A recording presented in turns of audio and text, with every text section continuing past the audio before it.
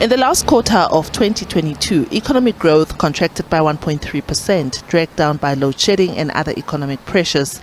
Very little changed in the first 3 months of this year, where key economic sectors of the economy still struggled with the same issue.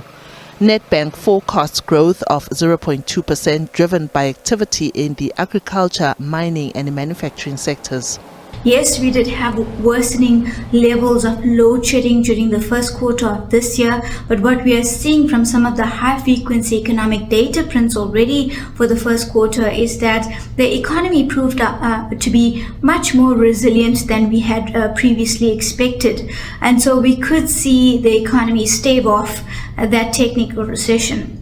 But still, a 0.2% quarter-on-quarter growth is nothing to be celebrating about, because it's insufficient to really drive overall momentum, growth momentum and employment momentum in the country. We need much higher levels of GDP growth to be able to see unemployment decrease on a sustainable basis. Because of the resilience of certain sectors of the economy, there may be a marginal increase in GDP growth in quarter one, because some sectors have been very resilient.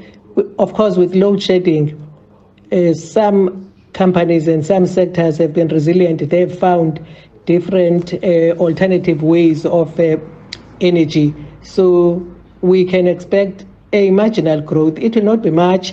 We can expect a marginal growth in the GDP for quarter one.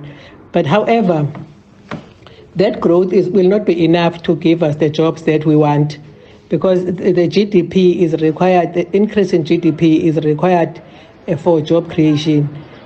Sumad points out that consumers drive about 60% of economic growth in the country, and with them now under considerable strain, it spells trouble for the already weak economy.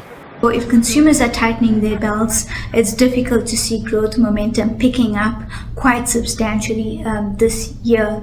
Overall, I guess the bottom line is that we could have skirted that technical recession with fractional levels of economic growth in the first quarter of this year, because some industries have proven to be fairly resilient.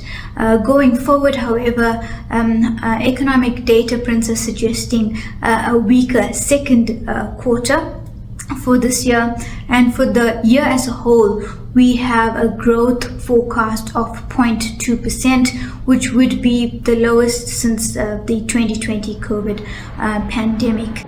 The South African Reserve Bank expects the economy to grow by only 0.3% for this year. Diabo Seto, SABC News, Johannesburg.